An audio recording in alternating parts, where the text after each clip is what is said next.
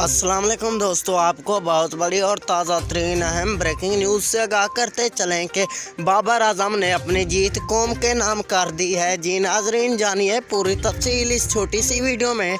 लेकिन वीडियो में आगे बढ़ने से पहले अगर आपने हमारी वीडियो को लाइक और चैनल को सब्सक्राइब नहीं किया तो जल्दी से कर दें और घंटी के बटन को भी इनेबल कर दें ताकि हमारी इस तरह की हर नई आने वाली वीडियो आपको वक्त पर और बआसानी मिलती रहे।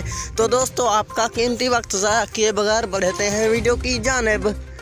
जी दोस्तों, जब पाकिस्तान इंडिया से क्रिकेट मैच जीता तो बाबर आजम ने अपनी जीत अपने कौम के नाम कर दी, यानी कि पाकिस्तानियों के नाम ही कर दी। उन्होंने कहा कि इस जीत का मुझे कोई फ़ायदा नहीं, बल्कि ये सिर्फ मैं नहीं बल्कि पूरा पाकिस्तान जीता है एंड अगले मैच ही हम ही जीतेंगे इंशाल्लाह, बाबर आजम ने ये कहा। जी नाजरीन, अगर आपको हमारी ये वीडियो अच्छी लगी तो वीडियो को लाइक और चैनल को सब्सक्राइब कर दें और घंटी के बटन को भी दबा दें ताकि हमारी इस तरह की हर नई आने वाली वीडियो आपको वक्त पर और बआसानी मिलती रहे।